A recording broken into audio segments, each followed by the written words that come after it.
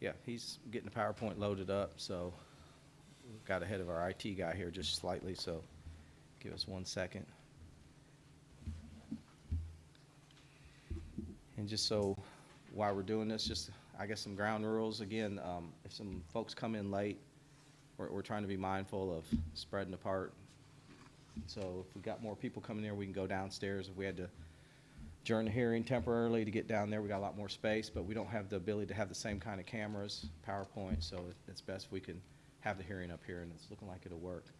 I'll do my best not to touch too much up here, because I think as people come up, we're probably going to use the podium, but we obviously don't have a cleaning service here that's going to address this podium every time someone gets up there and speaks, but we'll do our best to sort of let people speak from here, or if they'd rather speak from their chair, that's good, but we don't catch it on the camera or the mics. And you guys need to remember, everyone needs to hit their green button to have your mic live when you want to speak, or again, it doesn't pick you guys up on the camera. So with that, we're ready to roll, and I'll get into this case real quick. You guys should have this all in your packet. And the first case is on, you heard it's on Gwen Island Road, 590. I want to just point something out before we start. And the big shot of the aerials up there, and again, all these are in your staff report. But it is interesting when we come off Highway 33 and turn on Gwen Island, a portion of these lots are zoned single family, but then as we head out the road, everything is zoned agriculture, as you heard, which, again, these aren't farms, some of these are just residential lots. But the downside of that is when you're zoned ag, they're all kind of grandfathered in, they're existing. But the challenge then is you got to meet the setbacks. The ag district is designed with setbacks for traditional farms, bigger tracts. But unfortunately, the basis of this case, the gentleman wants to build a garage on his property, but because it's a small, less than 1 acre ag tract, as you can imagine, it's very hard to achieve the setbacks when they were designed for much larger tracts. So the variance request today is 100% variance deviation from the 25-foot accessory building setback on the front and the side to be able to construct a garage. If you drove out there, I don't know if you guys drive out to the sites, we would encourage that if you get time. This is, again, a unique section of Gwen Island Road. As you drive out, we got houses on the right side, and as you can see, like the neighbor here, they share a driveway, they pull off to their parking areas, they step down to their residential units. And this variance, basically what the applicant's asking is pretty straightforward. You can see there's a concrete parking area that's already been on the site. The applicant's desire is to basically erect a garage, carport, some kind of covered structure over that concrete pad, so it would be over top of the vehicle. The challenge is, you know, we've got setbacks, we got right-of-ways, we got Gwen Island Road, and that garage would be, you know, right up on the street edge. And again, that's a little more zoomed in of the property. Showing, you can see the concrete pad, you can see the house, and then there's the ag setbacks that I talked about. You know, they were designed for at least bigger than 1 acre lots. If it's a principal structure, it's a 50-foot setback, but accessory structures are 25, 5, and 5. None of those can be met placing that building right up there next to the right-of-way. So the applicant's request is to get a variance of that 25-foot accessory building setback to 0, and a variance of the 5-foot side setback to 0 to be able to put a structure on there. Now, you can see the concrete pad. You know, the building may not run exactly square with the right-of-way edge, but it's basically going to be in this area. So he needs the setback to 0 because there's a good chance this corner would be right at that 0 setback. It might actually set back a little further here if it is directly on the pad. So I skipped through the staff report pretty quick, but everything I just mentioned was kind of on that page 1. Page 2 and page 3 and 4 deals with conditions. As you guys know, we don't typically see a lot of conditions on variances. You all have the authority to impose them if you see fit. Our review criteria is on page 3. Our findings required under the KRS are on page 4, and our up or down motions are on page 5. And then, of course, if you get to the point you're ready to make a motion one way or the other, Henry's here to help you guys with the motions. And again, just to refresh, it's to put a garage on this site right here. And I believe the surveyor's here, and the applicant's here. He's been in the back. So Mr. Powell's here, and the surveyor is here too, if you guys have any technical questions of them. And just to be honest with you, it's an unusual variance to go to 100%. We have done, I think, a couple of that nature. Maybe not in the front setback, but we've done one recently on the side setback, I know that. And it's a unique situation with these parking areas, these drives, in the relationship to the road, and the fact that they're all zoned agriculture in this fashion. So I'll be glad to answer any questions you might have on this case. And again, the applicant's here and the surveyor, if you guys have any questions of them.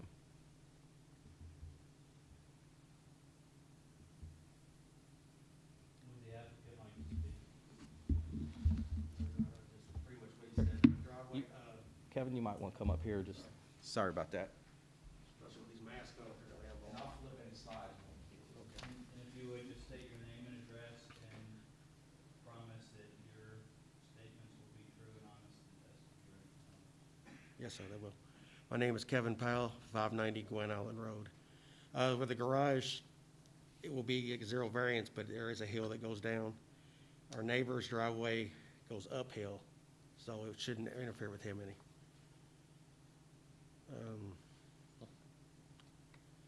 Really never done one of these, I really don't know what to say, so. So probably not too much to say. I don't know. Okay. I've got a question. Sure. When you build a garage, is it a two-car garage to accommodate the drive there? Is that a two-car garage? It was 26 by 36, it'll be a little bigger than two-car garage. Which direction will the roof be leaning toward? Will it be north, south, or east, west? Oh, I have no idea. I mean, however the house is angled, it'll pretty much be the roof line, like with the slant is, the entrance will be right there in the front, Right. and then the roof will be facing that way,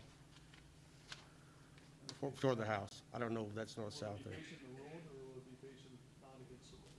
The eave is gonna match the pitch of the Yes. house to some degree. You're gonna be seeing the side wall, Yes. in the same fashion. Yeah, the only concern I would have, if it were mine, if there's a snow load, for example, go right onto the road, right onto Gwen Island. no, that's uphill right here, so if it would go down, I actually have like where the driveway is on the side, there's actually almost like a ditch right there that was just kind of formed because of it. Or because of the driveway being raised and where the hill goes down.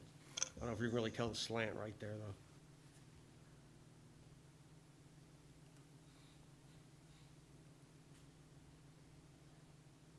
So it won't go right out to the road, is what you're saying? No, sorry, it should go straight, it would go straight down next to the garage in between the hill and the Will the garage. garage be right on the road line? No, It won't be back off the road? it'll be out back off a little bit because like you go the How road, far back? it slants way down. What? How far back off the road will it be? House speak? How long?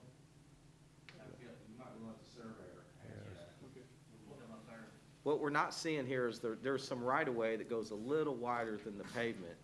So the structure's has to go to the zero setback to accommodate the right-of-way. How far that back corner is from the pavement is gonna be slightly different than the front corner. And surveyor can get up here and explain that in a little more detail. Yes, the elevation of the blacktop of the road is probably 8 to 10 feet higher than the concrete elevation of the, you know, where the garage is gonna be. Like you're standing there where that truck is over by the road, the blacktop is above your head. And there's about 10 feet from the concrete, 10 to 12 feet from the concrete up to the blacktop. So, you'll have about that, no snow or any water drainage or anything, is possible, no way possible to get up near the road. You don't see it being any kind of sight distance obstruction driving down the road? No, I don't think the structure he's gonna build is gonna be, very tall, he may be able to tell you about that. It's, well, I understand it's more one of those, is it carport A metal- type enclosed deals? Okay. Metal garage, steel garage. And the height's gonna be, not real tall building. The neighbor's driveway, which will be, as you're looking at that, will be to the left. It comes uphill at an angle, and it actually, once it gets up the road, it'd be set above probably the top of the garage. Okay, thank you. But how many feet from the road is it gonna be? The building, Yes, the building will be at, 20 feet from center line. The right of way of Gwen Island Road is 20 feet from center line, which gets you about 11 or 12 feet off the edge of the blacktop. And that would be for zero variance, you know, would put it about 11 or 12 feet from the edge of the blacktop. So it would be behind the mailbox? Yep. Yes. Yes. Yes. Yes, and like I said, that is kind of deceiving in that picture, that elevation wise is, from the blacktop is about an 8-foot drop, just straight off almost, behind that tree there.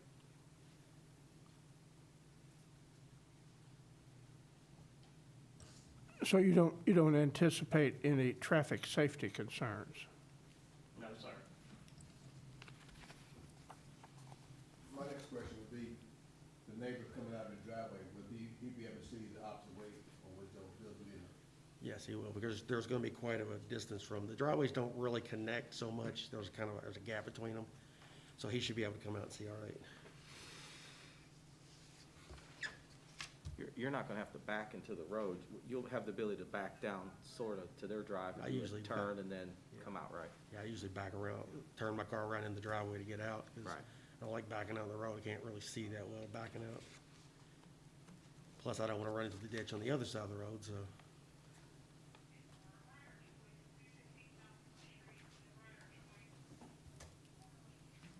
Okay, are there any other questions for the applicant? Okay, anything else?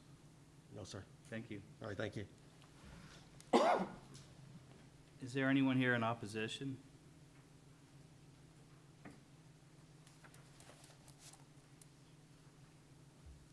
It looks like not. Is there any discussion of the board? Is there a motion to be made?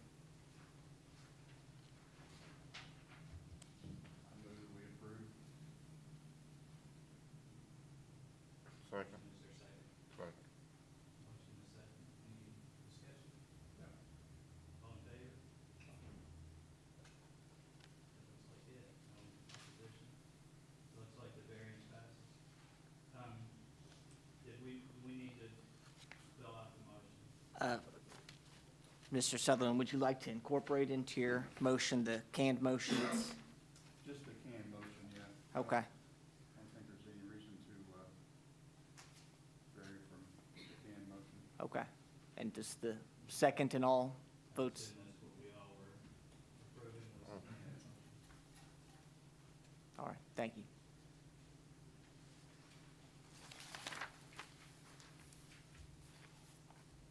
Okay, our next hearing is Rolls Plan of Bond for Conditional Use Permit on property containing 0.574 acres located at 640 Grove Street, Danville, Kentucky. The property is zoned single-family residential R1A. I'll start, but I wanna first come out, I don't know if the applicant's here, I don't see him. We reached out to him today. He indicated he might have counsel, but I found out he didn't. I don't know. He's obviously not here. I really wasn't looking earlier, so I guess we go through it, or what do you? I think we ought not to go through it. The applicant has the burden here, and there are issues with this application which are going to be raised. I know that may be an inconvenience to some of you all who've made the point of coming out tonight, but, you know, this is an issue that we were going to take under consideration, make a serious ruling about, and I don't think that we can rule against him on the merits without him being here and able to defend We're himself. having some counsel here. Sure. We just spoke to him yesterday, I believe, or you weren't here, but I don't know where he's at. I tried to call him twice today, just to remind him of the time. Didn't get through. It's the pleasure of the board to table it to next month, or just come back when he, you know, next shows up, or, I guess my question is, would we want to table it, or would we just technically postpone, or I guess at this point, we've called it, I guess, we'd have to. Yeah, and again, there's counsel on the other side. My position, Would you please state Yes. your name and sorry, role, and promise that you're gonna tell us the truth? yes. I am Melanie Thornberry. I'm an attorney here in Danville. I'm also a resident of this neighborhood, but I'm here in my capacity this evening, both as a resident but also as an attorney who is representing the 50 residents of this neighborhood who have signed the petition in opposition that you have in front of you. I believe there are some additional residents present who may not have signed that petition when we were gathering signatures. And what I would offer is that Mr. Quinn, while not here, has filed a formal application that presumably set forth his case. And we are prepared to oppose his case on its merits and based upon the law and the guidelines that you all follow in reaching your decisions. And we would rather proceed with this matter since it has been properly advertised and noticed, and it is he who is not here for whatever reason. And I think that you could proceed and reach a decision this evening.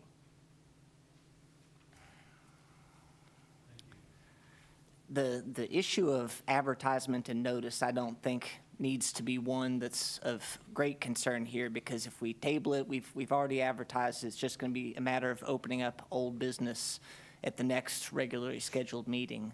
I, of course, have all respect for Ms. Thornberry and the legal knowledge that she brings to bear. I just think it might open this body to some chance of being appealed to the circuit court if we force an applicant's application to be heard without him here to defend it. It's maybe a similar situation to if he were to show up and say, well, I see some opposition here and I want to withdraw it and kind of refine it a little bit. That would not be a position that we look favorably upon, but at the same time, he's the applicant. He's the driver of the ship in this case. It's not something where he files it with the board and then it's out of his hands. He's still the one who's moving it forward. And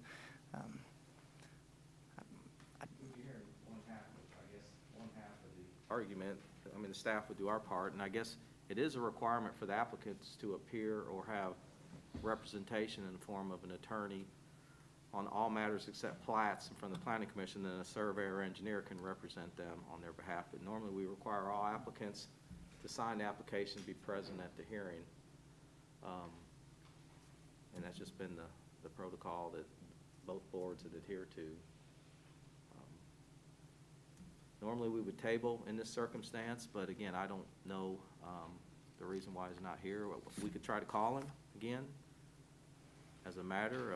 Maybe he is planning to withdraw it or something that we didn't get word of. But I think that's I'll follow whatever you guys do, but to the pleasure of the board. If we want to call him and give him a chance to.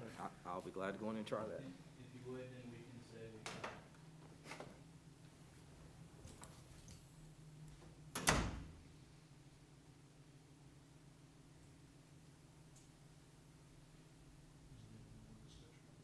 Let's wait and see.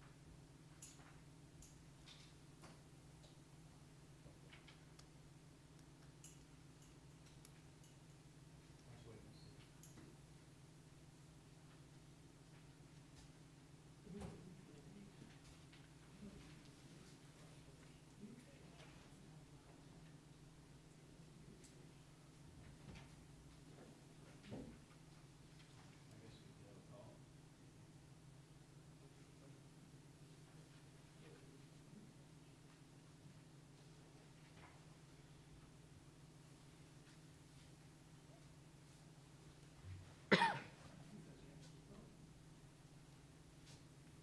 I don't want to give him grounds to appeal it and blow it.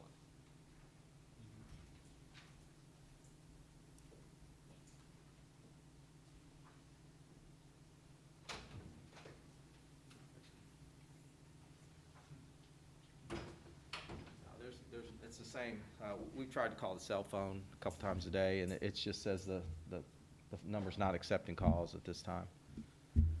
We tried to just remind him earlier. We normally call the applicants the day of the meeting just to remind them of the time and place, and didn't get through all day. So it's the same.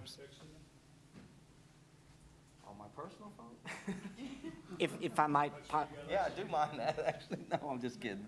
if I might pile on before Ms. Thornberry jumps back up there. one of my reservations about this is that these hearings are supposed to be quasi-judicial in nature, and if he doesn't have the chance to interrogate those who offer testimony against him, that prejudices him in a way that I would counsel you all against.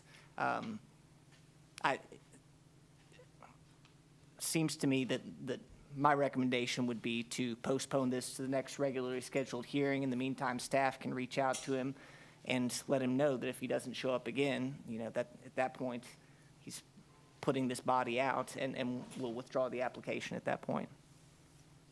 Take a vote on it. Mr. Smith, do you think it would be proper, and I guess it would be at the board's discretion, since the opposition is here and we are prepared to present our case, since the applicant presented his case in the form of the application that has been filed, while copies of the petition in opposition have been supplied to the board since I was going to walk through that this evening, I would like to go ahead and formally introduce it into your record so that it is there as of this evening, so that it is there and present, so that if Mr. Quinn appeals something at some point, or should we need to, it is there, it is in the record. Is your concern about unavailability at whatever meeting this might be postponed to?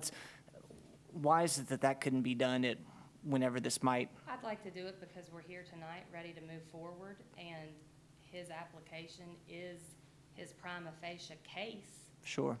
And this is our case that is here and ready to be presented, and it's a public hearing, and I believe with all due respect to you, I think we are entitled to be heard from a legal standpoint. In terms I of, understand where you're coming from, but I think I would feel better if this went ahead, got introduced into the record, and is part of it and is there.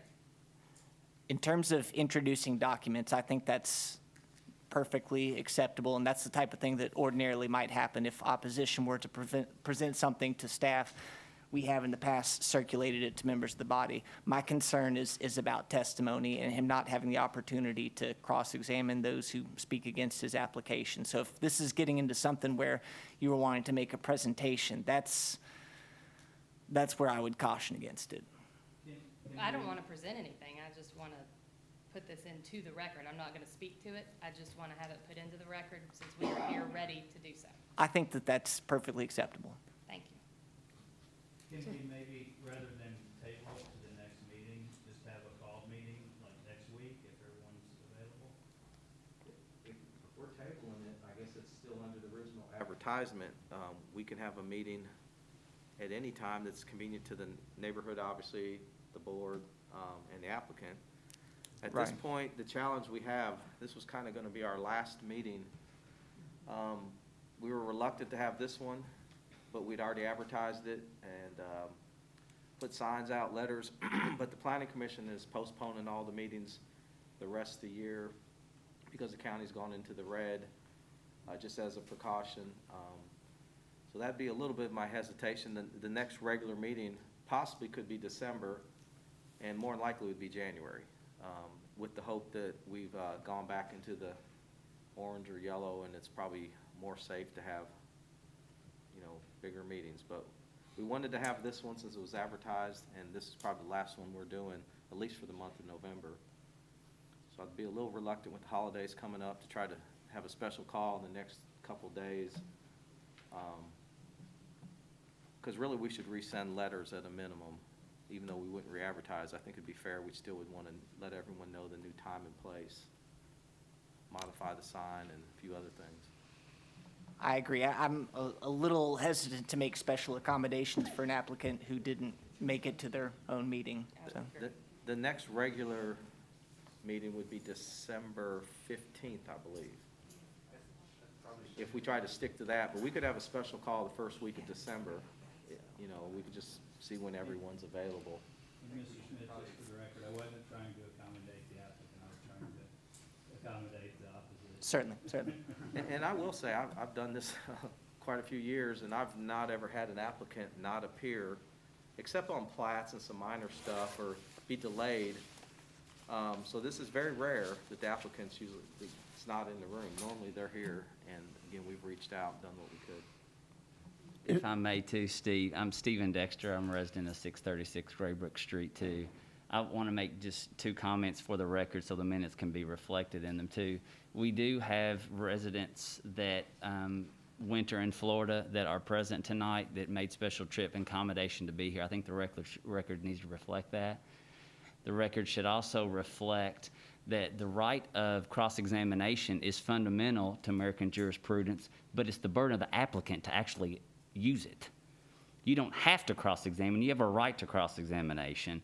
And I would take the position that he has forfeited that right by being here tonight. The sign is placed in this gentleman's own yard. He can't walk out his driveway or front door without seeing it or being reminded of the meeting here tonight. He has a burden to present his case. He has a burden to cross-examine or the right to cross-examine if he so desires. But if he were present, there would be no right or benefit to him cross-examining. It would be upon him to make that decision if he wanted to cross-examine. So I think the record needs to reflect the extreme inconvenience that he has placed upon not only those in attendance, but those that have prepared to vigorously defend or oppose the application that's in front of you tonight. The applicant has to prepare an application that meets your guidelines and has a burden to prove them clear and convincingly to you. We, in opposition, have a right to use those guidelines to show how it is not compatible with our single-family residential neighborhood. So while it would be our strong preference that you take the matter under consideration tonight, or at least let the evidence be presented to you for decision at a future date, in the midst of COVID-19, future delays, and the fact that development is consistently progressing in the neighborhood, homes are for sale, and this could have a significant negative market impact, I think is of extreme importance for the board and for the record to reflect tonight.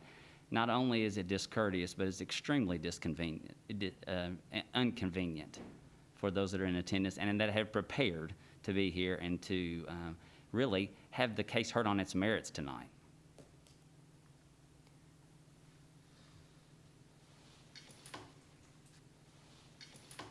Mr. Dexter speaks to a frustration that I share, and it's a logical position. I point out, too, that we don't yet know the circumstances of his absence from tonight's meeting, if that factors into your consideration at all. The board, at this point, I think you're welcome to any discussion of how to proceed with this logistically. I would suggest that at some point in that discussion, before you reach any discussion of the merits of the case, that you take a motion on whether or not to hear it tonight or whether to table it. Is it him right there? That's him right there.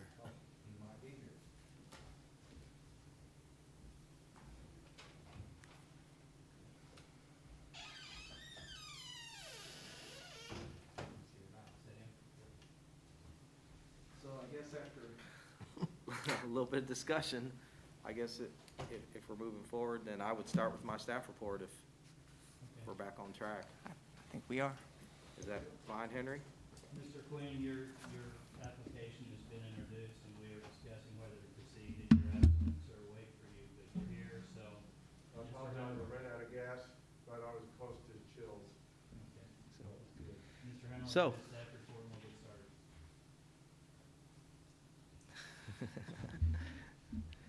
I don't wanna, I was just thinking, I don't wanna repeat something my mom told me a long time ago, but I guess she did say, patience, wait, everything works out. It's a perfect example, so let's start with the staff report and where we left off, and again, the applicant's here, there's neighbors here, to discuss the case on Graybrook Street. I'm gonna work off the staff report and point to some slides. Again, I hope you guys take opportunities when you get your packets to drive out and look at the sites. I think it's important. This is the property we're talking about here. This is a street view shot that was on your staff report, a little tough to tell, but it's to be noted because tonight we have an application for a short-term rental, or as we know, Airbnbs. And one of the big issues that come up with Airbnbs, as far as the zoning ordinance goes, is parking, obviously. The scale, the number of rooms to be rented, the type of rooms, type of Airbnb, and then, of course, parking, as well as compatibility issues in the neighborhood. So with that, I'll just sort of run through the staff report and point out a few things. We've got some new board members here. I don't know if you guys have all heard the short-term rental cases. We've done a few of these this year. For some of you, for others, it may be the first time you guys have heard a case of this nature. And I'll just point out some particulars in the zoning ordinance. On page 1, again, the application was filed on October 30th. It says 2019. That's a typo on my fault. Obviously, it was filed in 2020. The applicant is Phillip Quinn. As you heard, 640 Graybrick Street. That property is .574 acres. And again, at the bottom, it says the applicant is requesting a conditional use permit for a short-term rental facility. That is the industry term, short-term rentals. You can use the term Airbnb, VBRO, other things, tourist home, rooming house, but we call them short-term rentals. They're all together as an industry term. And what that basically means, and if we'll just jump to, actually it's at the top of page 4, the definition of short-term rental. We put a definition in the zoning ordinance in the spring of this year, and then we put the rules into place in spring of last year, and then January of this year, the rules went into play. And as you all know, short-term rentals there's 3 kinds of short-term rentals. There's the hosted kind, the unhosted kind, and the dedicated. The hosted means the property owner lives on the property or intends to reside on the property and rent rooms in some fashion, rent a garage, rent a room. Unhosted means you're probably out of town. Maybe you have a property manager. Maybe you're just trying to sell the property and it's a short-term endeavor. And then dedicated means you rent the whole house. So if you go on vacation to Gulf Shores or something, you rent a whole house, that would be a dedicated Airbnb or short-term rental. Hosted means someone's on the property and they're renting rooms kind of like a traditional bed and breakfast. So we have 3 types under our category of short-term rental. And then we have rules that relate to the different types. But going back to page 2 of your staff report, and there's the chart in the zoning ordinance, and I want to point out the chart for a couple reasons.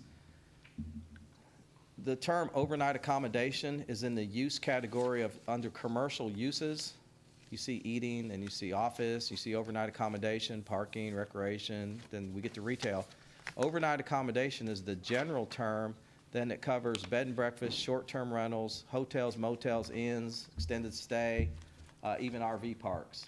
So the overnight accommodation is the broad use category, and then the specific use is short-term rental. And then we go to our chart, and it tells us what zoning districts you can do it by right, which ones need a conditional use permit that you're hearing here tonight, which is the R1A, and then what districts is permitted by right, which are pretty much the more intense multifamily, and it stair steps up to commercial. So there's a place in your community where you anticipate this with the zoning ordinance, and in this case, in a single-family neighborhood, the city of Danville, unlike the county, by the way, I'll just point that out, the city and the county debated these Airbnbs pretty heavy with the text amendment of last year, and the county went in a different direction. You can see the county allows conditional in the ag zone, not permitted in rural residential or single. The city allows permitted in the ag, but conditional in all the residential districts till they get to multifamily. Then they're permitted by right. So again, we've seen a couple of these, I think, under this change in the city as conditional use permits, and then you guys got to weigh all the particulars of how an Airbnb functions in the neighborhood as it relates to parking or signage or customers or hours of operation or kind of, again, the whole scale, whether it's hosted, unhosted, dedicated, or whatnot. So that's page 2 of your staff report right out of the zoning ordinance, Article 5. And then page 3 of the staff report, I won't go through all of this, but these are the standards we put into play for short-term rentals. So regardless of what the applicant proposes, this is the minimum an applicant has to meet to have a short-term rental in Bull County or Danville. So these are the standards here as they relate to health department, building codes, parking, hosted, the number of rooms, whether you're hosted or unhosted, or if you're doing dedicated.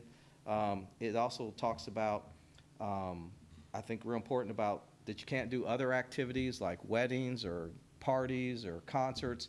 That's a whole nother issue. Short-term rentals are basically just renting the units for short-term stays under 30 days in either hosted, unhosted, or dedicated fashion. But I do want to point out, number 10 on 3 is interesting, and it says when you guys consider a conditional use permit, that you guys are supposed to look at the number of rooms shall not have an adverse impact on the surrounding property. In addition, you all are allowed to take into consideration the other number of short-term rentals if they exist in the general area. So it gives you guys some leeway as a board to review these. We'll call that the Louisville paragraph, because in Louisville, there's been so many of these that there's, this is not this neighborhood, but let's say we had 6 or 7 on a street, and there's clearly a tipping point, number 8 or 9 or 10. This language and what's happened in Louisville, at some point, too many is too many for a certain kind of neighborhood or a certain kind of street, as far as traffic goes and other factors. So it gives you guys the ability to consider literally the trend of these in the community as you see fit, site by site by site. We borrowed that from Louisville and incorporated it into our ordinance. And then again, the rest of the stuff is housekeeping about rooms and parking and how many people and the number of days. I do also want to point out, I haven't got there, bottom of page 4, typically a conditional use permit, as you know, involves conditions. Typically an applicant puts some forward as a starting point. The board could impose conditions, and you see right there in that section, you all have the right to impose conditions as a hearing unfolds here, especially with neighbors and opposition. In this particular case, the applicant did not put any conditions forward with his application.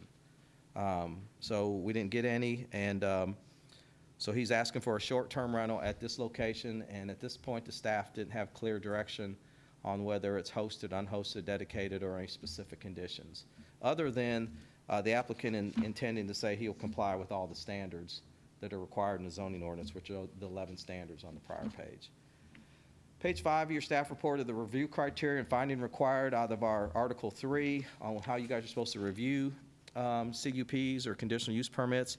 And the very next page, 6, is the findings required that you guys have to make to review or take a case and vote it up or down. And then the staff items of concern, as you know, we put a little note in there on issues we might have, and really the only issue we addressed as the staff was the lack of applicant conditions. And then that the applicant would need to, if this was approved, the applicant would need to adhere to the specific use standards, but even that's a little tough to determine now until we had clear understanding of the scale and the type of short-term rental, whether it be hosted, unhosted, or dedicated. So, and again, there's the cookie cutter motions we put up or down in all your staff reports. If you guys get to the point to make a motion, our attorney's here to help you guys wordsmith this. And as we're learning, as we move through these hearings, like on the last case, I do think it is important that whoever makes a motion up or down, that maybe we look at the language and try to ask Henry maybe to wordsmith it for you guys and make sure we get the right findings in there if we come to a conclusion. And again, these are just starting points. I approve or deny, and then maybe we hand it off to Henry, give him a minute to maybe fine-tune motions for you guys as we move forward. Variances are a little bit different than conditional use permits, a little bit more involved. We typically have conditions. Some of them get wordsmithed right here, and it's important we get the right language in those motions when we get to a point for a motion up or down. And I'm here to answer any questions you might have on short-term rentals. I think I showed you all the slides. This is the neighborhood shot, the zoning map.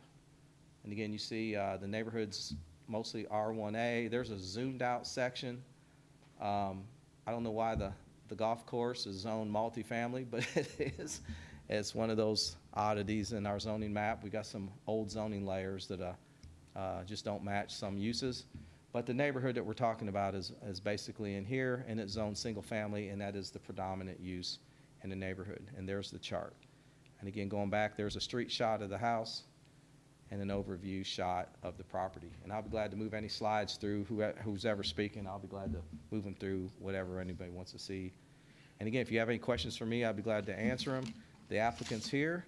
Typically, he'd be next. And then again, there are folks here that want to speak anticipation in opposition. One thing real fast, I understand hosted and unhosted. What was dedicated? Dedicated is you typically rent the whole unit. So hosted kind of could be either way. You might be out of town and you have a property manager and you're still renting it 5 suites or 3 suites, maybe even do dedicated. But dedicated means I'm renting the whole house, one family per house, We get a lot of those up on the lake where, you know, someone books an Airbnb and they book the whole house, and maybe 3 or 4 families do show up and figure out how they're all gonna sleep. But the others, typically, you'd get on there and you'd be renting a room. You know, if you get on there and look and you just wanted to rent a room or a garden apartment or a mother-in-law suite, and there's a host on the property, that clearly is hosted. Unhosted kind of goes either way.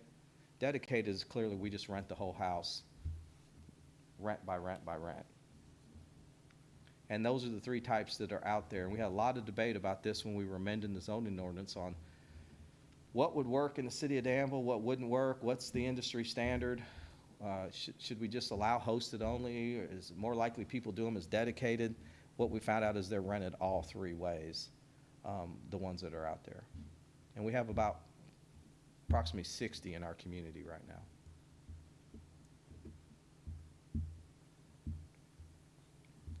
That, no questions from me. I believe it'd be up to the applicant would be next. Thank you. Thank you. Mr. Quinn, if you would state your name and address, and that your statements will be true and correct to the best of your knowledge. My name is Dr. Phillip E. Quinn. Address is 640 Gray Book. And the best of my knowledge, I will state the facts. I want to address my neighbors here. I've been neighbors with them for up to 18 years. My kids have grown up with their kids. Worked with some of them. Steve's dad is a super friend of mine and is my realtor. Lexington Avenue Baptist Church has been my church family home for 17 years. I'm retiring. My wife got a divorce 2.5 years ago. My kids, do you know that kids grow up and they leave? They leave the house and they go to school. And they leave you by yourself in this big old 4-bedroom house. And when we first moved in there, we thought maybe we were going to have a couple more kids and we were going to need all 4 bedrooms and 4 garages. But that's just not true anymore. The problem is the house is just a little bit too large to sell as a single-family unit. Mark has done a wonderful job. I would recommend that you hire Mark Dexter as your realtor. He is excellent. He has worked my tail end off trying to get it ready to show. We've showed it we've showed it since June the 10th. It's showed many times. The comments are, we can't afford that much house. We don't have that many kids. It's got enough room to be a multifamily unit. So I haven't gotten a bid for less than $73,000 less than what it's listed for more than $73,000. So I've consulted with some real estate people. I have a condo that I rent in Florida. The real estate people there, the guy that's the broker, called me in. He said, Phil, we've looked at the pictures of your home.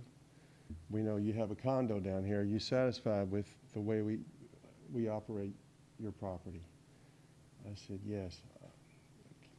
Kendall, I am extremely satisfied. And folks, they are very professional. They do a really good job. They have, in fact, they do too well because I can't even go to my condo this winter because it's rented out. So I asked them what they would do with this property, and he said, yeah, the Airbnb is the way to go. If you can get it zoned, he said, you know, you may only rent it 3 weeks out of the year. You rent that kind of space for 3 weeks out of the year, like during Derby week or something like that, or fishermen coming in wanting to, you know, just spend the night and go fishing. You're going to pay for the taxes and the insurance just for that. And I assure you, these people, tech, realty, and property management in St. Pete, Florida. It's got a good reputation. They're sound. I will not book anybody to that house. I will not make one phone call. They do it all, and then they just send me what's left of the profit. I will be in the house a lot because I have a piano business. Right now I have 13 pianos in the house because I do pianos. I tune them, I take care of, pianos are big, they're heavy. And in that middle garage now, right now I've got 2 grands, 3 grands, and 4 uprights. I have to have that space to do my business. While I'm in town, I can stay in one of the bedrooms. I plan on being in town 2 to 3 days a week during the summer and the fall, and 1 to 2 days a week, like Mrs. Cheese, or maybe not at all during the winter. Also, since I am an ex bailiff of the court, I don't think they're going to mess with trying to do it. They're not going to be allowed to have any parties. If they have any hint of a party or any type of drug, whether it's pharmaceutical or what, any type of a party, I will call Tony Hall and Frank and tell them to get over there. Get them out of there. Because I won't take that kind of thing. If anything, this property is going to be worth more. In fact, that's the whole reason I'm hoping that as the economy, that COVID goes away and the economy gets better, maybe I'll be able to sell it. But I have not been able to thus far. And so this was an option presented to me by Tech Realty. It was confirmed by my annuity company in Dallas, Texas. I proposed the idea to them. I proposed it to Mark. He was okay with it.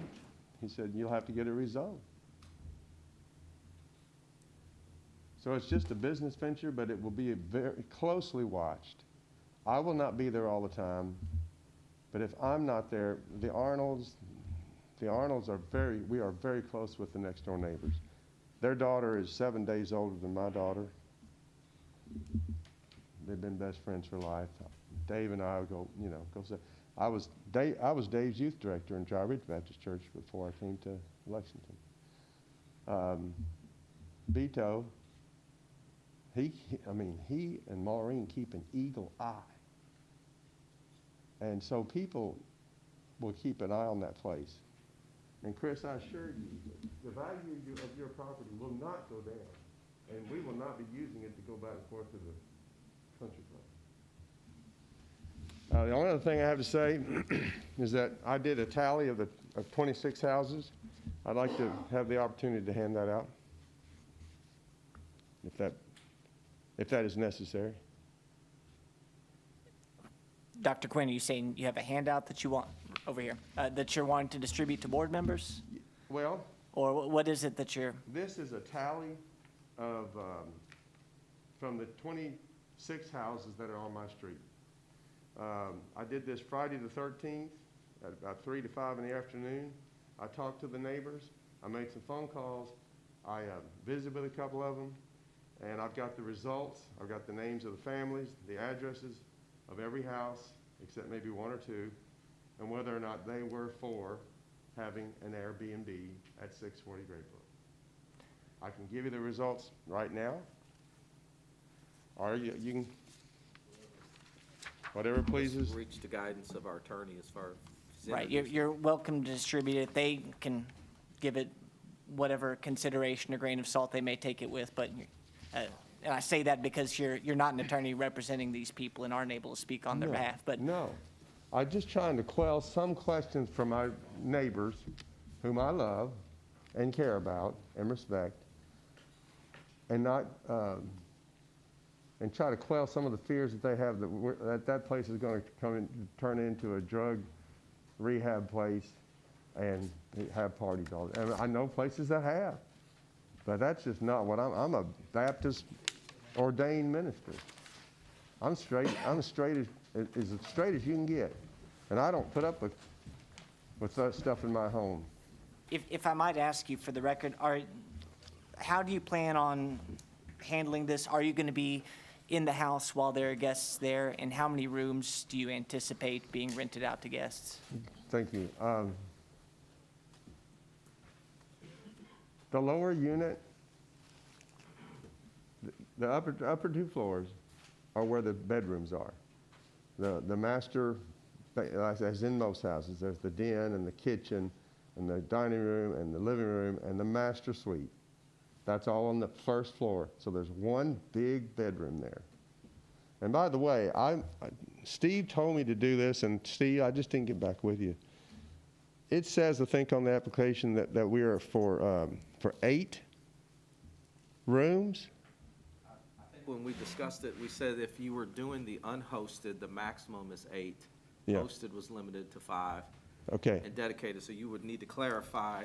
All right, I made a mistake. I read that as maximum number of guests, not number of rooms. I only have 4 bedrooms available, okay? I also have 4 garages available. So there doesn't have to be, unless someone's got 2 cars, there doesn't have to be a car even on the driveway. The driveway will hold, the garages will hold 4, and each bedroom will have its own garage. That's pretty cool. And then there's enough room just in the driveway for 1, 2, 3. Do you have that report, Steve? The parking, is that in the report? No, that was for you to explain to the board how many parking spaces you thought the driveway would hold. Yes, and I did that, and like I said, the 4-car garage, and then right beside the garage there's space for 4 more. And then along the side of the driveway, there's space for 3 more, so that's 11. And then if you have to go out on the street, there's, enough for 5 more. So there's plenty of parking. And I would probably really frown on them having more than 2 cars per party.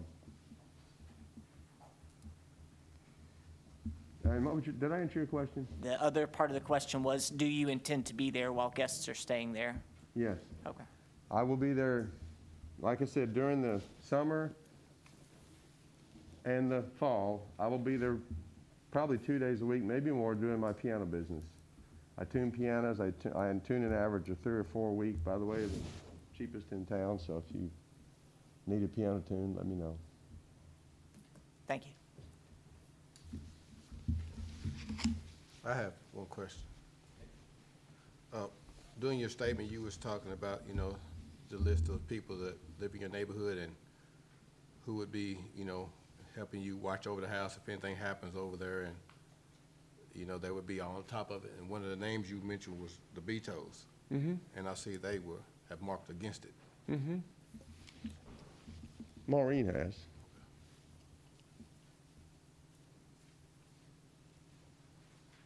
I guess my situation, I was asking that was because you had mentioned that particular name, and I knew those people, and you said they would probably help you. Yeah, they're really good at watching. I mean,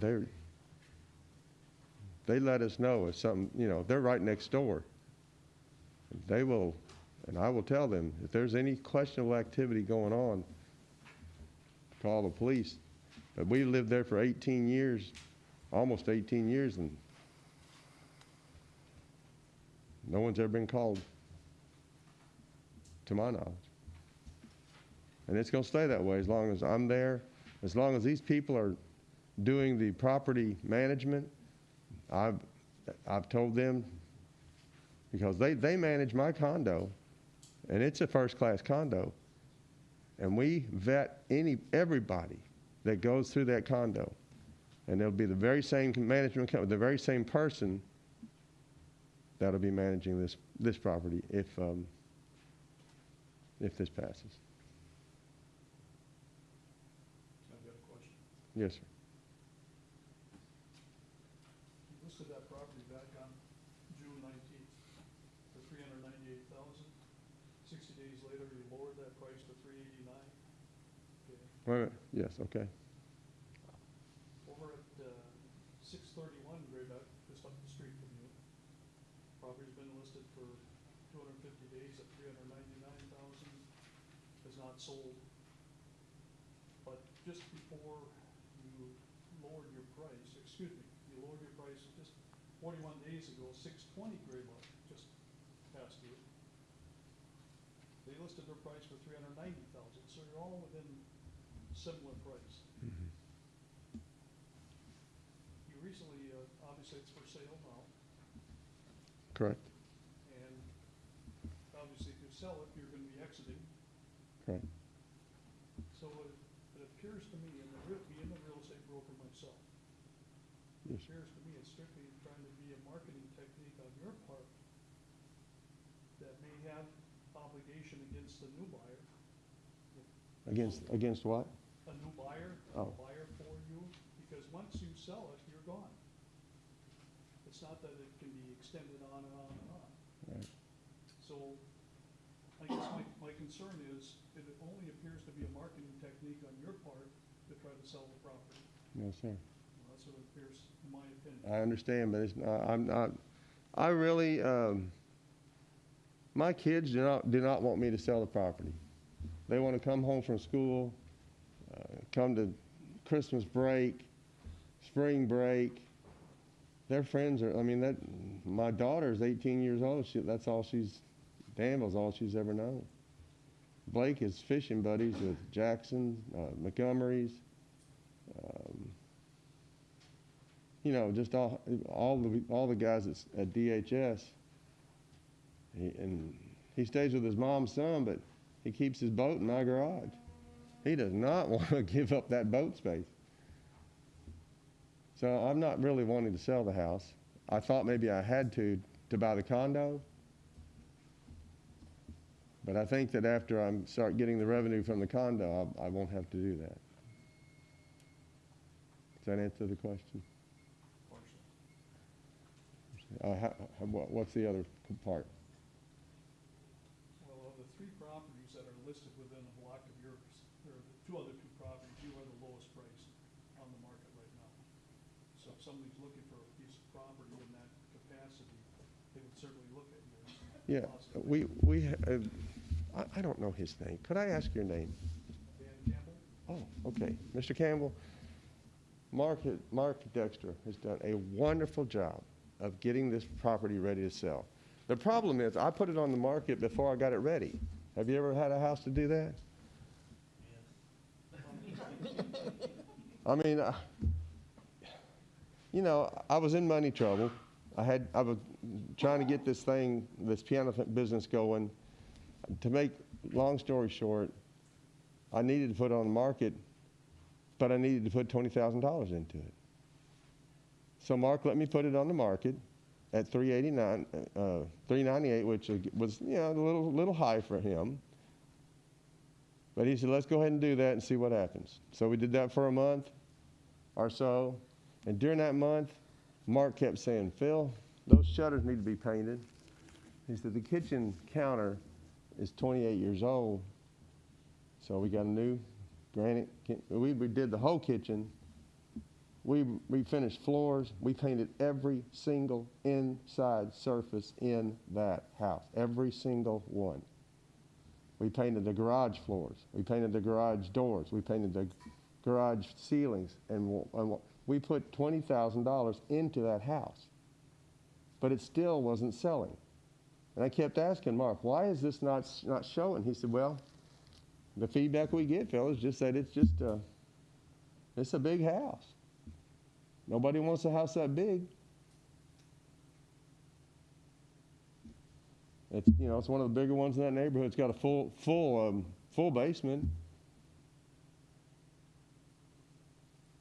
So even though it was at $389, I put about $17,000 into the house.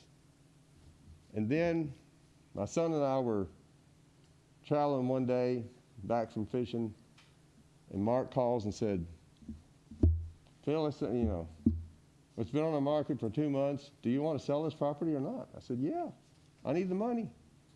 He said, well, drop the price. My son said, Dad, if you drop, he's a business major at Georgetown. He said, Dad, if you drop the price and you sell it even for 389. He said, if you sell it for that price, even though you lost $10,000, you gained a lot of time, and you can reinvest in something that's going to make you more than $10,000. Mark said, that's right, Blake. I said, okay. So even though I put $20,000 into it, and it should be now at $410, I dropped it to $389. That's not a marketing tool. I've just decided I'd really rather have it as an investment than to sell it outright.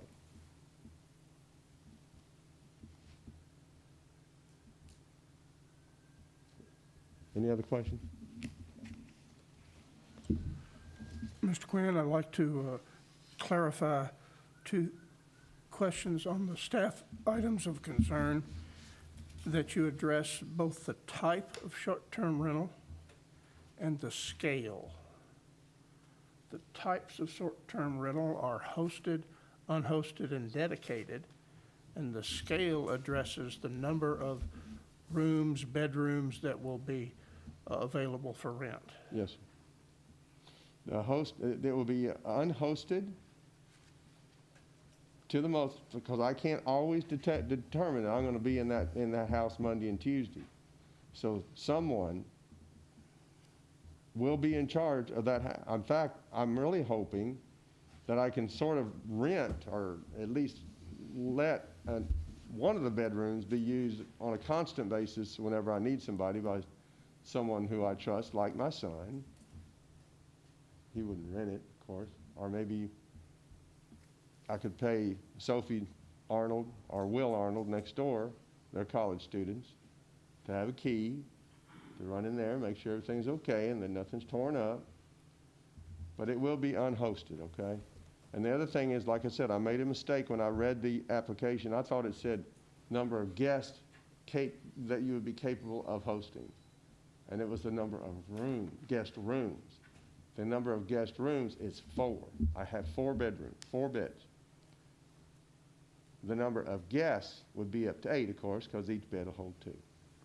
Thank you. So I've got a question. Are you wanting to rent 4 separate rooms to 4 separate people, or Not at all. are you wanting to rent all 4 rooms to one family?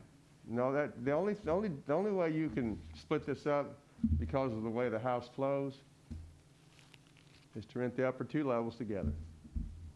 You try to split that up and you have shared bathrooms and stuff like that. It's not like that. You can't, it's not where you can lock the door and go down the hall to the bathroom, or, you know, it's just not built like that. And that's not the way the property management company is going to manage. They're going to manage the upper level as an Airbnb. The lower level, I will stay in when I'm in town. The lower level is just, you know, it's just a bedroom, a rec room, a storage room, and a bathroom and a kitchen. That's all it is. And it has its own, you know, it goes out through its own garage door, its own exit. So it's kind of a, you know, so they probably will not rent that at all. It'll probably be used for the person or persons who are doing the maintenance. That's another reason why I want to keep this house, because I know the maintenance of that house backwards and forwards. I got the mowing equipment right there. I got everything I need, and I know all of the appliances in the house so well. It just makes sense for me to do the maintenance as long as I can. So that it will be rented as an Airbnb on the upper levels, as a house. If 2 families are going together, coming from Minneapolis and want to go to the Derby, they're 70 miles away. That's good. That's one of the times when we hope we can get some revenue. You're also near enough to Cincinnati. You can go see the Bengals. You're to Lexington, so you can see, of course, the Cats. Louisville, the Cards, if you're a Card fan. You know, on and on. So, and we're within enough lakes, every fisherman in the world. I was out with my brother's friend's house the other night over by the lake. He had what amounts to 3 families in their lake house. Nobody was causing any trouble. They were just frying up the fish that they caught that day. That's it. They spent the night and they left the next morning. We gave the fellow that owned the house $200, my brother and I, and that's kind of what I'm talking about. Believe me, if there's anything going on, the Danville Police Department will know about it. I have another question. Yes, sir. Is, as far as you, what you wanted to do with the house right now, just say if this was passed and this is what you start doing, is this what you plan on doing for the house for the rest of your life? Or do you still, if somebody came and offered you what you would want to sell it for, would you sell it? My life's not as long as it once was. We don't know that. I turned 65 this year, and you know, I've never turned 65 before in my life. And so I don't know how long before, but I will say this, like you said, my son is a 20-year-old business major at Georgetown, loves to fish. It'll be his and my daughter's take care of. Yeah. Any more questions? Thank you. Thank you for your time. Appreciate it.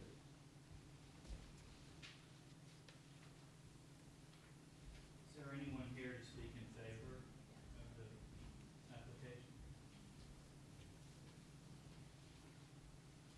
Anyone who'd like to speak opposed to the application?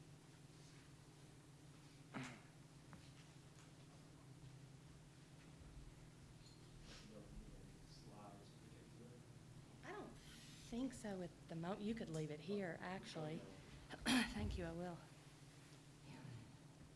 Can breathe now.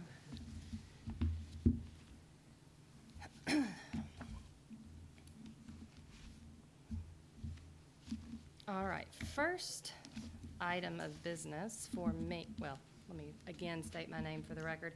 I'm Melanie Thornberry. I am an attorney here in Danville. I am a resident of this neighborhood, but I'm also here in my capacity as an attorney representing the 50 residents of this neighborhood who have signed this petition that I now am going to place the original in the record by giving to whomever it is Mr. Smith tells me to give this to. Thank you, please, yeah, Lisa will take it. And also behind it is an aerial shot from PDA of the neighborhood where I have outlined the subject property that Mr. Quinn owns with red, just to give you all right in front of you the bird's eye view of the neighborhood. And then I'm going to give a copy of this as well to Mr. Quinn. Thank you. Yes, so that he's got that.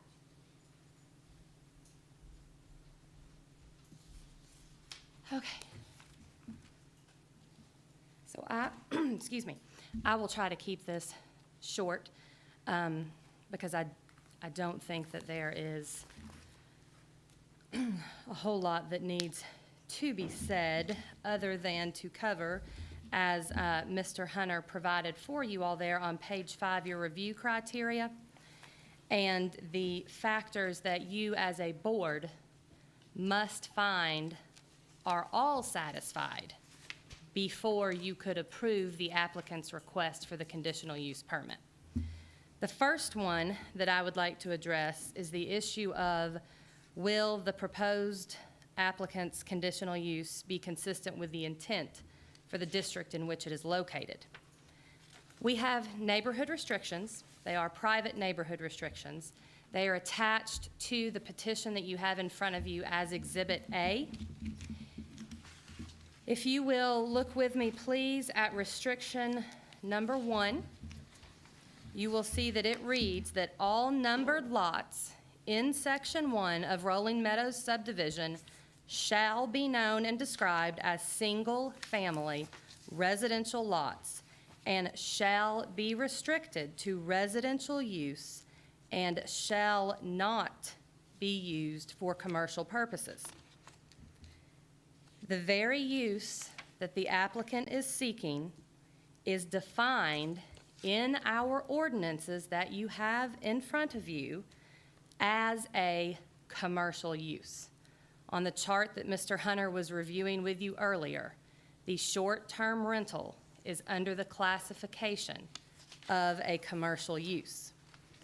Clearly, this is a contravention of the intent of our neighborhood, and it is inconsistent with a single-family residential use in that, based on the applicant's own testimony here this evening, he intends for it to be an unhosted overnight accommodation up to 4 rooms, which would accommodate up to 8 individuals.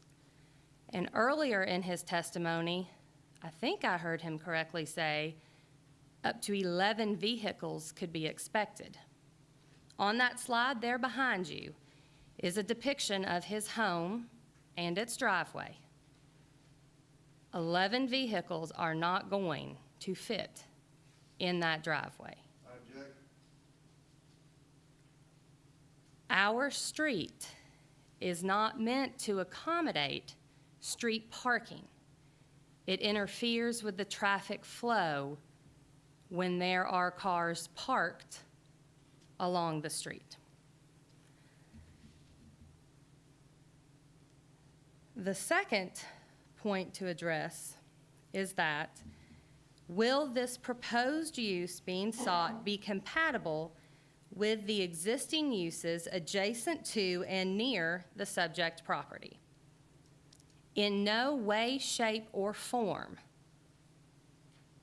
will an overnight accommodation of multiple unrelated persons who do not reside in our neighborhood be compatible with the existing uses of the number of single-family homes, not only along our street, Graybrook, but as you will see on the aerial provided to you in your packet, Poppy Court, Autumn Court, Colonial Way, Manor Hill, Seminole Trail, and also Graybrook that extends on out in what I call the original section of Indian Hills, which abuts the Rolling Meadows subdivision.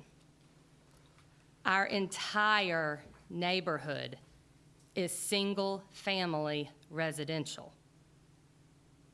We do, on one side, back up to the Danville Country Club and its golf course, which, with all due respect to Mr. Hunter, who I think earlier said it was, yeah, multifamily.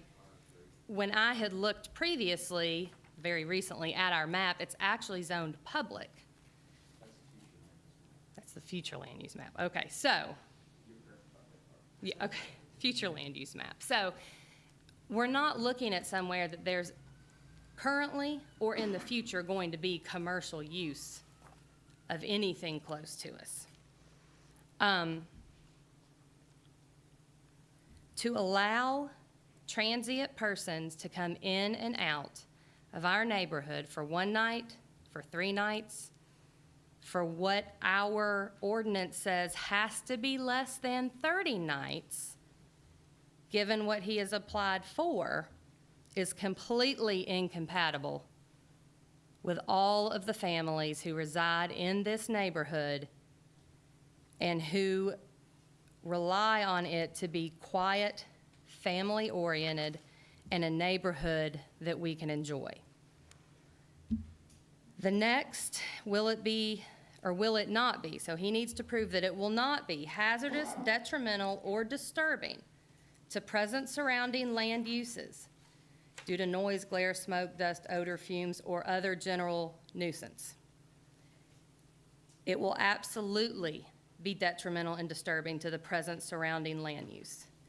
We are what I like to refer to as a self-contained neighborhood. What I mean by this is that we do not connect to any other large area.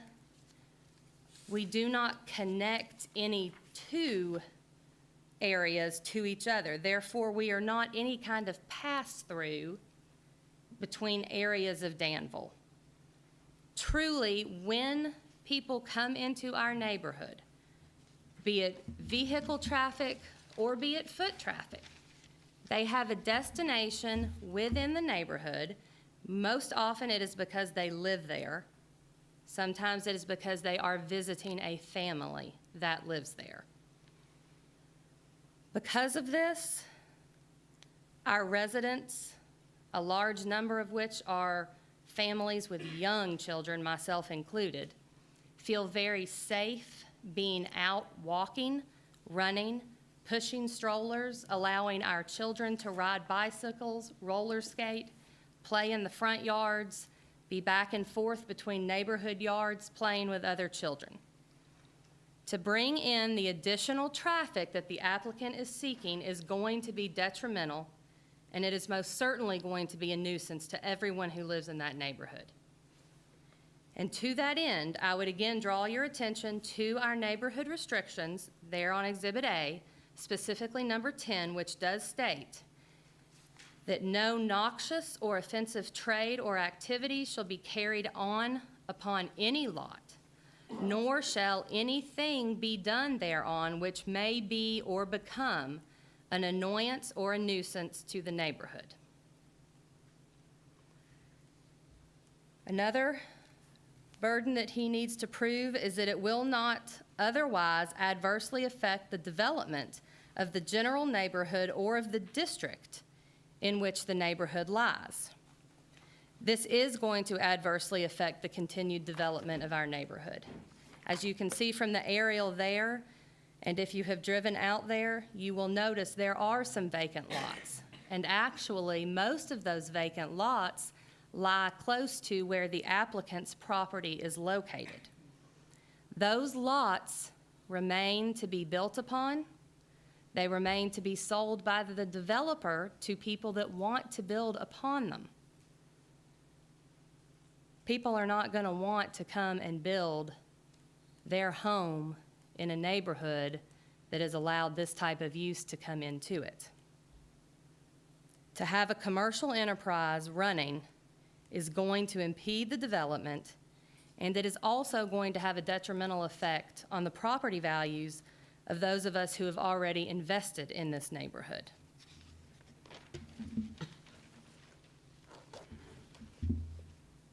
He also needs to prove that it is going to be consistent with existing and planned pedestrian and vehicular circulation adjacent to and near the property. It's going to increase the traffic. As I mentioned before, we do not have parking for this.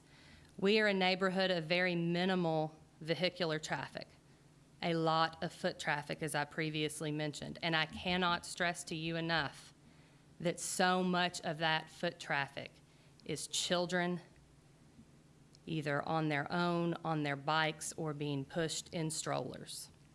The increase in traffic and the lack of parking is going to be very problematic in our neighborhood.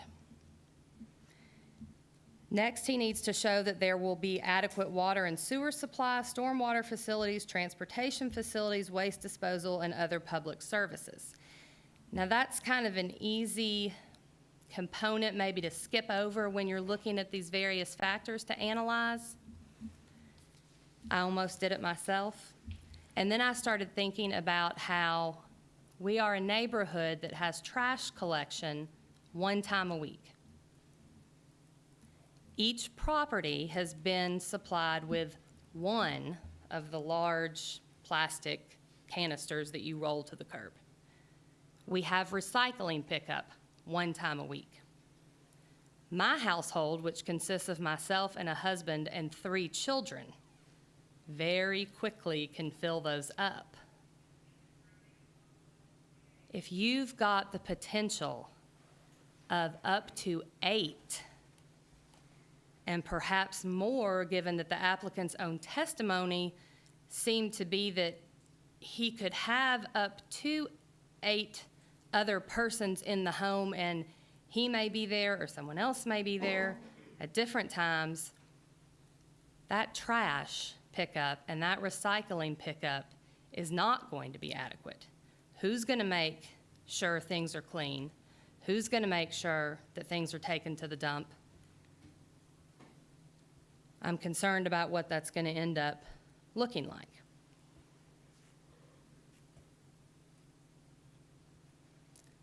So when you take into account those things that I have gone over, and you look at how it is that you all make your finding, and if you approve the applicant's request for this conditional use, you've got to find that this requested use is not detrimental to the public health, safety, or welfare in our neighborhood.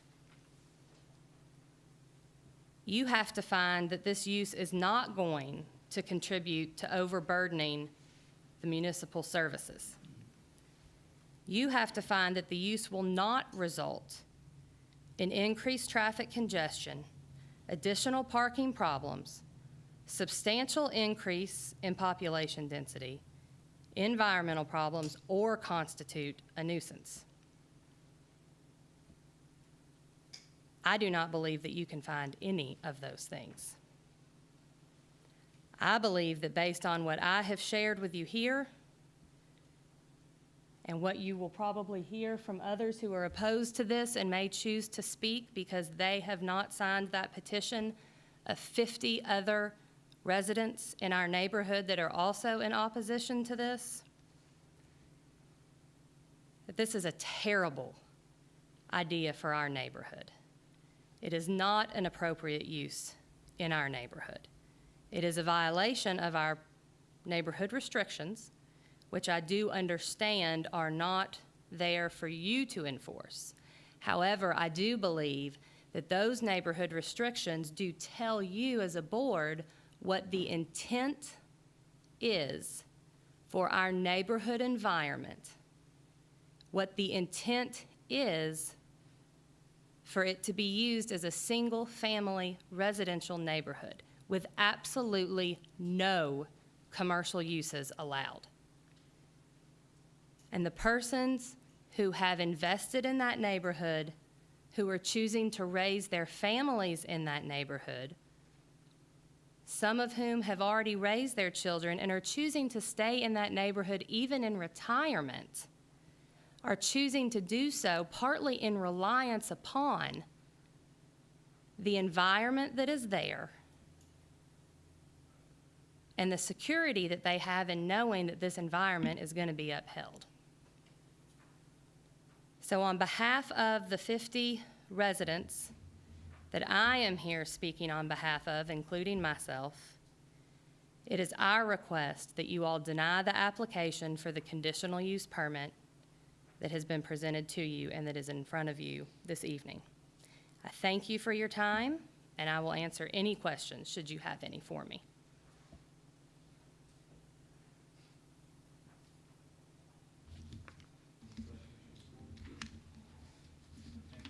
Okay. Thank you all.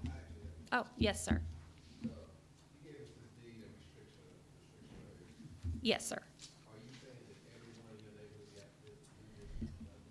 So those, they should. And that is because deeds of restrictions that are placed on property by developers are recorded in the county clerk's office where land records are. Once they are recorded, the public is on notice that they are there. And in Kentucky, anytime you buy property, you as the buyer are tasked with knowing what you're buying. So that includes also knowing about restrictions. So because they are of public record, anyone can go and find those in the record. Yes, sir. I did not, but I'd like to speak to her comments whenever I get a chance, but no, I had no idea there was any. Does that mean that I couldn't rent it? Because that's a commercial use. I think that's a different question. That's a different question, and that's a legal question, and I'm here in my capacity as one group's lawyer. You all have any other questions for me? Okay. Thank you. I'll put this thing back on. Is there anyone else who would like to speak in opposition?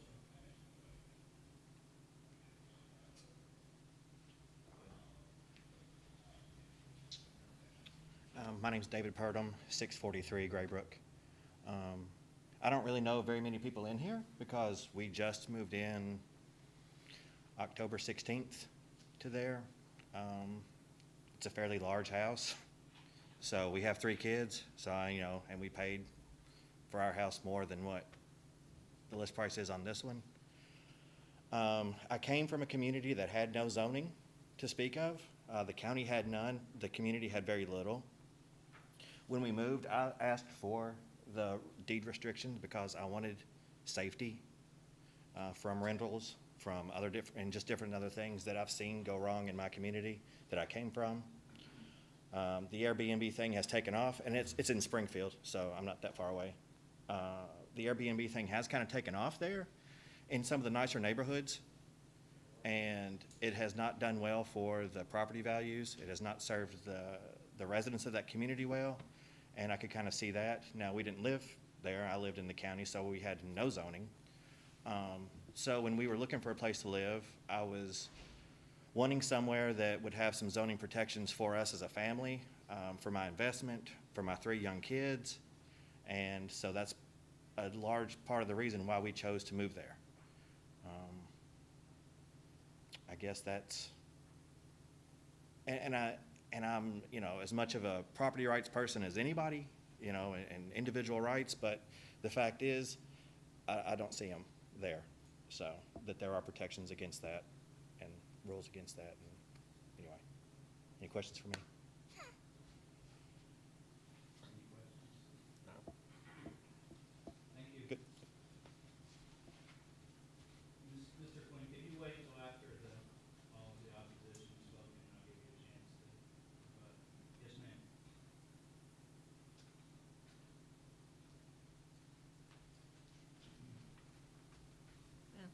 Can you hear me? I'm Luatha Cheese, live at 635 Graybrook. I'm I raised my family there in a large house, backs up the golf course. I think the cost of the lots that are now for sale on the golf course are about $100,000 for the lot. So, it's a nice neighborhood. I know Mr. Quinn. I like Mr. Quinn. But I didn't invest in this house and stay in it for it to become of commercial use. Third house, we were the 3rd house built there. And the first one was beside me and the second one was beside it. I never expected this. Like Mr. Quinn, I go off to Florida. I owned a condo for 17 years there. It became just too much to keep up with. He's 65, I'm 75. I'm still going and renting a condo in Florida now. So it can be done. We have had, I think, 5 or 6 houses for sale up and down our little tiny street. It's only a block and a half. And it's taken quite a bit of time for most of them to sell. I would wonder what people are paying in property tax opposed to what they're trying to sell their houses for, because there is quite a bit of difference. So, and I do know another house that's going up to sell very soon, and it's going to be under 300. So anyhow, that's my 2 cents. I go to Florida. I like knowing who's in the neighborhood. We all kind of watch out for each other's houses. My next door neighbor winters half the year in Florida. But we can leave and feel safe knowing that people are watching out for us. So, thank you. Anyone else to speak in opposition? Yes. I'm going to take this off because it's my moment to breathe now. My name's Chris Hill. My wife and I live at 614 Graybrook. We own the lot directly across at 641 Graybrook. Probably within 1,000 feet or less than that of this property are over 30 kids. Most of them are pre-teenage. In behind, there's a lot of kids in that neighborhood behind, in all that whole neighborhood. There's no telling how many, probably 100 or more.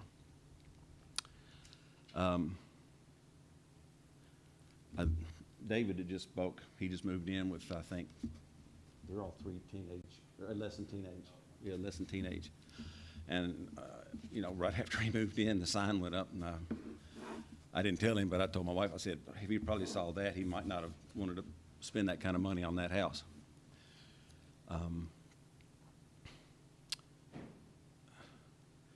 I worry that since we have you know, the way that the area was drawn out was for single family and kids to be brought up, and, you know, when a place is rented out, you know who it is that you're renting it to is whose name is going to be on the rental agreement, but you don't know who that person's going to bring to that house.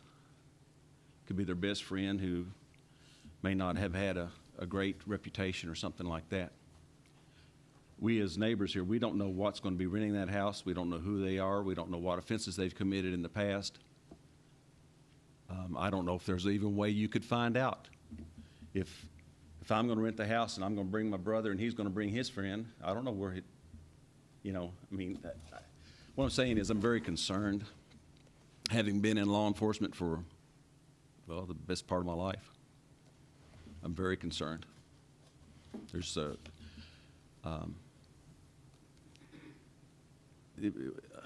for some people who aren't on the up and up, it would be a heaven for them. So I speak in opposition to this. Thank you.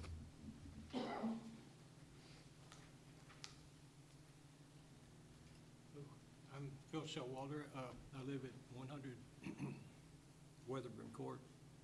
And what I'd like to do is underline what the issue about the subdivision covenants.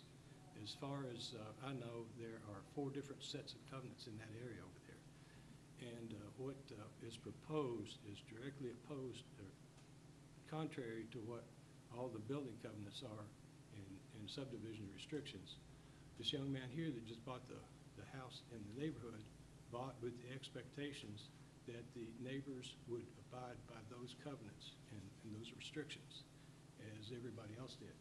I know most people, my experience as a realtor, in that kind of a neighborhood, you always want to make sure that the folks are aware of the building restrictions to avoid some kind of things coming up. So what I'm saying is that if we allow this kind of thing, we're just undermining all the covenants and restrictions that we've had. So.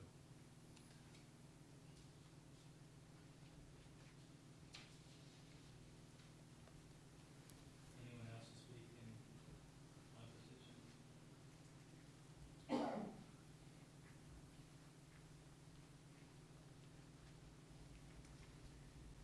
Stephen Dexter, 636 Graybrook Street. I'm going to be brief in that council and Melanie prepared a very strategic and detailed presentation of the legal basis of why the application should be denied. However, I do want to add this to you. You have volunteered your time to serve on this board, which is admirable. As such, a Board of Adjustments is charged somewhat with being the standard bearers for the community that you live in and protects a certain standard. What is being proposed and applied for tonight is a direct attack on the culture and current use of a single-family residential neighborhood. The proposed use is completely incompatible, which is evidenced by the subdivision restrictions and the litany of details that Ms. Thornberry provided to you. But what I implore you is to deny the application because it is severely incompatible with our neighborhood, which we all love and want to protect, and which you're charged to help us do. So we ask you respectfully, in closure, to deny the application. Thank you.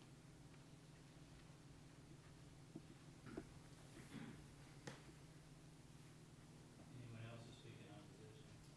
I think that's everybody. Go ahead, Mr. Chairman, I had one question for Ms. Thornberry, and that's just, I don't know if you had an exhibit, a visual, I might not have seen it, but I just wanted to confirm, is it your understanding that Dr. Quinn's property is one of the lots in Section 1? It is, Okay. yes. And I actually have a copy of the plat with me, if you would like me to submit it. Your representation satisfies my curiosity on the issue, as long as the board's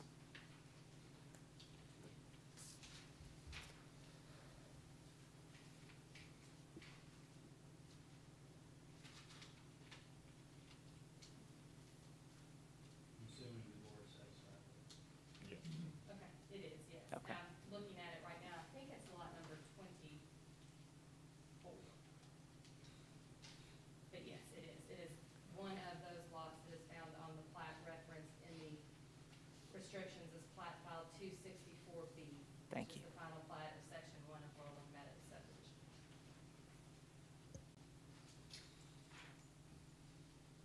Mr. Quinn, I promise you the opportunity to rebuttal. Thank you very much. Again, I'm Phillip Quinn at 640 Graybrook.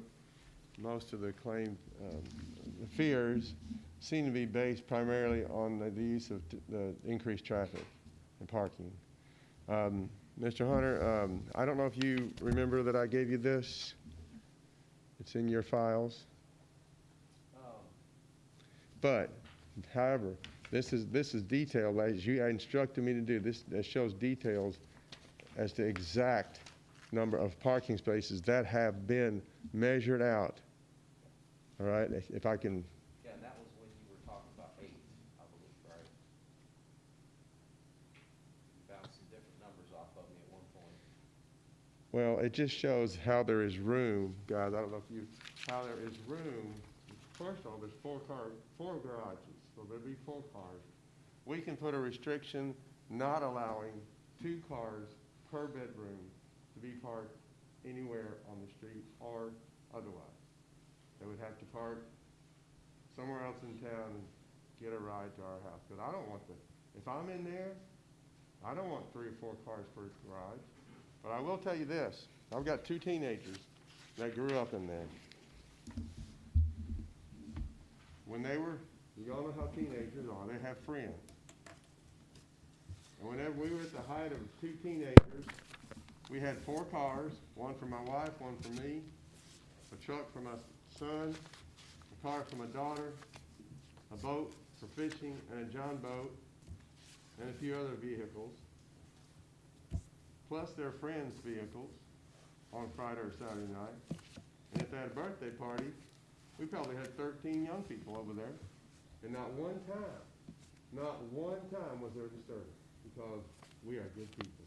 We are good Christian people. We do not allow that kind of thing to go on in our home. And if I was about to do that to you guys, shame on me. That's all I have to say.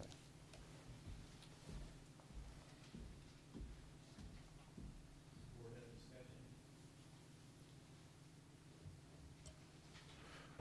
discussion. Mr. Henry, at a previous meeting, you spoke with us about the relationship between planning and zoning ordinances and deed restrictions.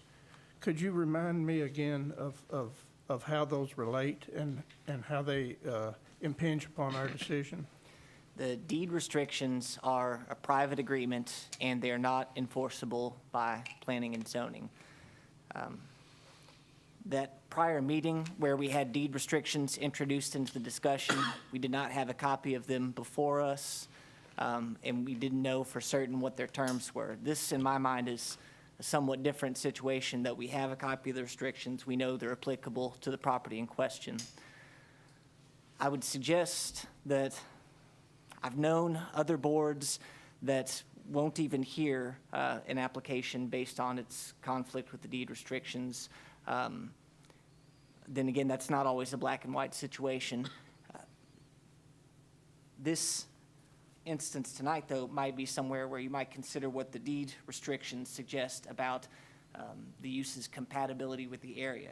Do the deed restrictions provide you with an answer to the criteria that are lined out on page 3.8.4? That was council's description of it, and that's my read of the situation as well. If there were case law that dictated whether you have to follow deed restrictions, I would have brought it to you, but I searched it again this afternoon and found none.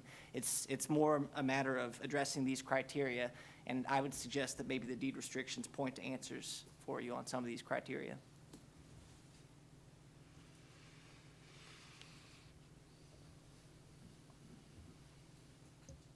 Any further discussion from the board or questions? Is there a motion to be made?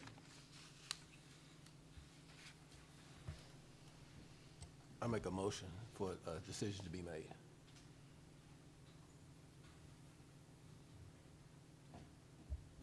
Would you like to make a motion? Yes, I would. I'd like to make that a motion for a decision to be made. Mr. McGuire, would you like to make a motion to approve or to deny? Those, that you can make those motions, you can make a motion to table it, though I'm not sure that's merited under the circumstances. What is the nature of your motion? I'd like to make a motion to approve or deny. I would like to make a motion to deny this. Okay. There's a motion, is there a second? But I would also like to explain why I deny it. Can I do that? I would encourage it even. Well, Yeah. I'll make another motion to deny it, even though I do feel his concerns about selling his house, and I'm, like the gentleman said here, I'm all about homeowners wanting to do what they want to do with their own house. But it's hard for me to approve this, knowing this what this says in the deed. I mean, I know everybody has other concerns about, who's going to live in the house and, as far as, the upkeeping of the house and everything, but it says right here in the deed that, it has to be an owner, and that could be used as no rental property and people coming in and out, and I don't see how we could just go against that. That's my opinion. Thank you. Is there a second? Is there any discussion? Mr. Smith, I'm sorry, would it be appropriate for me to ask a question? With all due respect to Certainly. Mr. McGuire and Sure. to the board, because certainly that is what my clients want, is a denial of the application. In looking at the proposed language for the approval or the denial that was provided by Mr. Hunter, and solely in the interest of the underlying record reflecting what is required by statute, I'm hoping that the board would also, or that Mr. McGuire would also, in his motion to deny, include one of those factors that we went through that statutorily Kentucky statutes want or require that there be for denial, such as that the use would be detrimental, that the use would contribute to the overburdening, that the use would result in traffic congestion, that the use is incompatible with the area, that sort of thing. You understand? This is what I might suggest, and I didn't jump in immediately because I thought Mr. McGuire kind of got at it, but I can see if we flesh it out a little bit. Yeah, So, I do apologize, and I'm certainly not meaning to step on Mr. McGuire's. sure, but my suggestion would be that you say this: proposed denial because the proposed use is incompatible with existing uses as those uses are established in the recorded deed of restrictions. In the same way, the proposed use would have an adverse effect on the neighborhood development because it contravenes the restrictions, and specifically restrictions on commercial use of properties. Additionally, it's been argued that there would be harm to the neighborhood in the form of parking issues and/or waste issues. You can subtract from that, add to that as you see fit, but that's my proposed Well, motion I have language. I have a problem with that because I actually don't know, who he could be renting to. I mean, that's why I said we should go by that where it says no renting, it should be done by owners. Now, if we go past that and say that he can have anybody in there. I mean, he could have, like some member of his families that they might know, and they perfectly good people. So that's caused a problem with me now, my denial, if you want me to add all of that. So I understood your motion for denial to be based on the fact that commercial purposes Right. are prohibited in this deed restriction. Correct. Is that, are you, That is the only way I'll deny, that I was denying.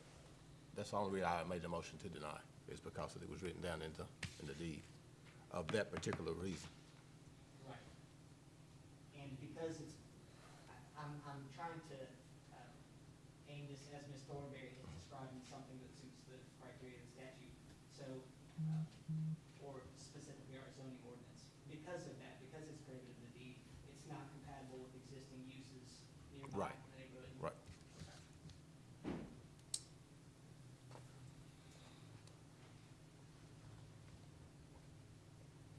Mr. Quinn? Prior to the vote being taken, I need to make a couple of points that I think would affect the decision of the board.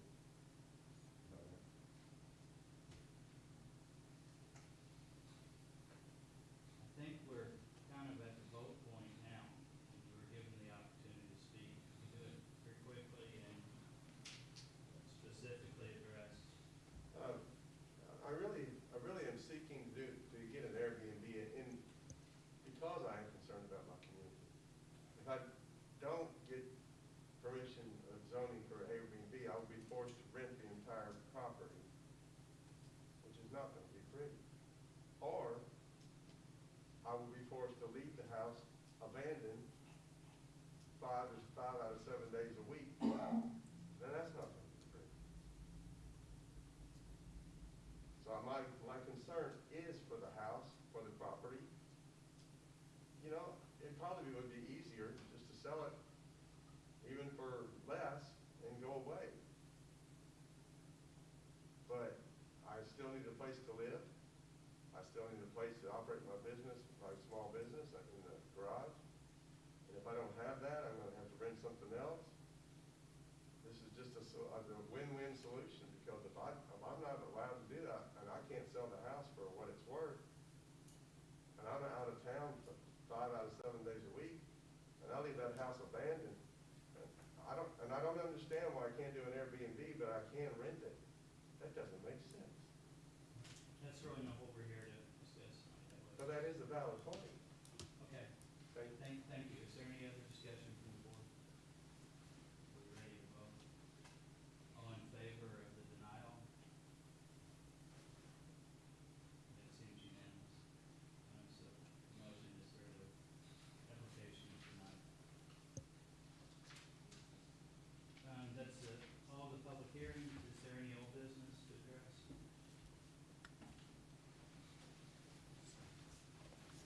Any new business? Any announcements?